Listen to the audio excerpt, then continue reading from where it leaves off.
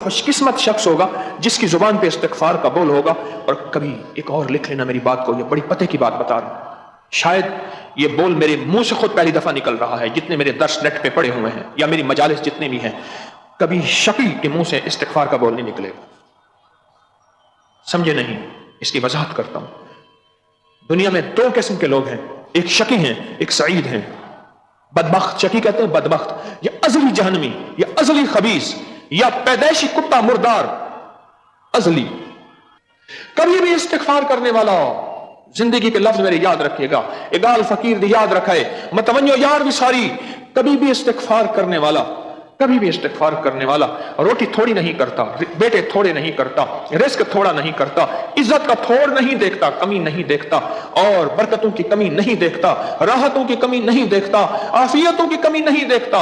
नदामत करने वाला, तौबा करने वाला, तन्हाइयों में अल्लाह से राज़ो नियाज करके अल्लाह को मनाने वाला, कभी इन चीजों की कमी नहीं देखता। कुरान ने वादे किए हैं इस्तिगफार के बोल जिसे मिल जाएं, इस्तिगफार के बोल। बुरे वाले में एक जगह है बरजीपुरा, वहां एक साहब रहते थे, मैं एक दो दफा वहां गया। उनकी गली मोहल्ले में करियाने की छोटी सी दुकान थी, मेरे हम उम्र थे और बहुत अल्लाह वालों से अकीदत रखते थे, अल्लाह वालों से मोहब्बत रखते थे, सफेद पोश आदमी थे। उनको अचानक बैठे बैठे दिल का दौरा पड़ा और दिल की तकलीफ हुई और दिल मचल गया और दिल रूठ गया। और उनके बोल थे, अल्लाह मेरी तौबा, अल्लाह मेरी तौबा, बस ये बोल थे। और इन्हीं बोलों के साथ वो इस दुनिया से रुखसत हो गया। इन बोलों ने जो उसकी लाज रखी ना, उसकी मग़फ़िरत करवाई और उसको जन्नत के ताज पहनाए और जन्नत की बहारें और रौनकें दी, अब सोच नहीं सकते। इन बोलों में खुशकिस्मत इंसान वो है, वो दुनिया का खुशहालियों का राज पा जाएगा जिसके पास इस्तिगफार है, जिसके पास नदामत के बोल हैं, जिसके पास तौबा के बोल हैं, जिसके पास तौबा के लिए कोई आंसू हैं। दुनिया का खुशकिस्मत इंसान है। मेरे रब के पास सारा नाज है और बंदे के पास सारा नियाज है, और दुनिया का खुशकिस्मत इंसान है जिसके पास नियाज हो। इसलिए मैं कहता हूं अपने नाम के साथ नाज ना लिखा करो।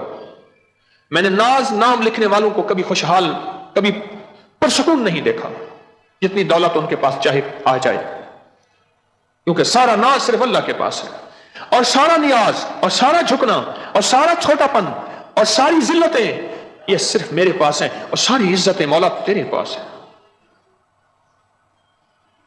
सिर्फ तेरे पास है। इस्तिगफार करने वाला, तौबा करने वाला, कभी इन बोलों को जो सीने में सजाए रखेगा वो कभी जिंदगी में खाली नहीं जाएगा, और उसकी नस्लें कभी खाली नहीं होंगी।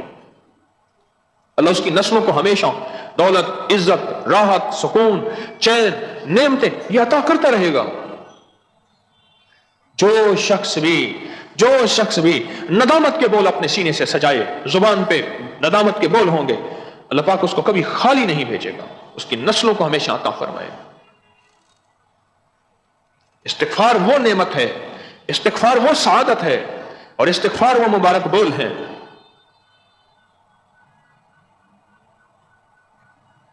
हाँ, यह हकीकत है।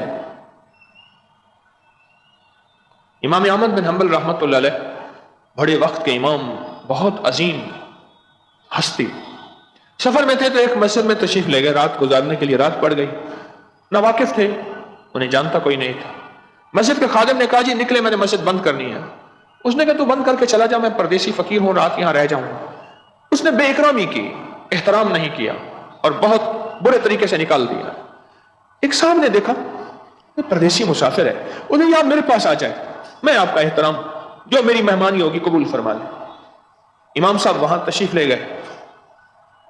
वो बंदा चलता था तो इस्तिगफार करता था, उठता था तो इस्तिगफार करता था, बैठता था तो इस्तिगफार करता था। तो इमाम अहमद बिन हंबल रहमतुल्लाह अलैह ने उससे पूछा कोई इसका फायदा भी पाया? उसने कहा जी बड़े फायदे पाए। दुनिया में जो मांगता मिल जाता है, कायनात में जो सोचता हूं हो जाता है, दौलत, इज्जत, रिज़्क, सेहत, बरकत, खुशियां, खुशहालियां, कामयाबियां।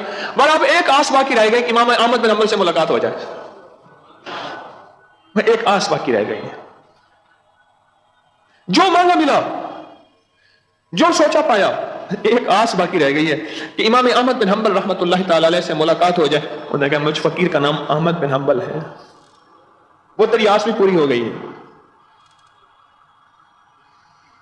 दुनिया का कोई खुशकिस्मत शख्स होगा जिसकी जुबान पे इस्तिग़फ़ार का बोल होगा। और कभी एक और लिख लेना मेरी बात को, ये बड़ी पते की बात बता रहा हूं। शायद ये बोल मेरे मुंह से खुद पहली दफा निकल रहा है, जितने मेरे दर्स नेट पे पड़े हुए हैं या मेरी मजालिस जितने भी हैं, कभी शकी के मुंह से इस्तिग़फ़ार का बोल नहीं निकलेगा। समझे नहीं, इसकी वजाहत करता हूं। दुनिया में दो किस्म के लोग हैं, एक शकी हैं, एक सईद हैं। बदबख्त, शकी कहते हैं बदबख्त, या अज़ली जहन्नमी, या अज़ली खबीस, या पैदाइशी कुत्ता मुर्दार अज़ली। कभी उसके मुंह से इस्तिग़फ़ार नहीं निकलेगा। क्यों? उसके लिए फैसला ही अज़ली होने का है। अगर इस्तिग़फ़ार निकल आया तो फिर तो वो सईद बन जाएगा। सईद कहते हैं सादतमंद को, बख्त वाले को, तख्त वाले को, नसीब वाले को, उसको सईद कहते हैं। जिसके मुकद्दर में, जिसकी किस्मत में सादतें लिखी हैं। कभी भी शकी के मुंह से इस्तिग़फ़ार नहीं निकलेगा। और अगर किसी मेरे मुंह से इस्तिग़फ़ार निकल रहा है और रब ने मुझे इस्तिग़फ़ार की तौफीक दे दी है, बोल उसी के हैं, ये भी सुन लेना, बोल उसी के हैं, कबूल भी वही करता है, चाहे ना करे कहीं कर दे, और तौफीक भी वही देता है। फिर सुन ले, बोल भी उसी के हैं, अर्शी बोल है, बोल भी उसी के हैं, तौफीक भी वही देता है और कबूल भी वही करता है। जो यार फरीद कबूल करे, सुल्तान भी तू, सरकार भी तू, बस कबूल भी वही करता है।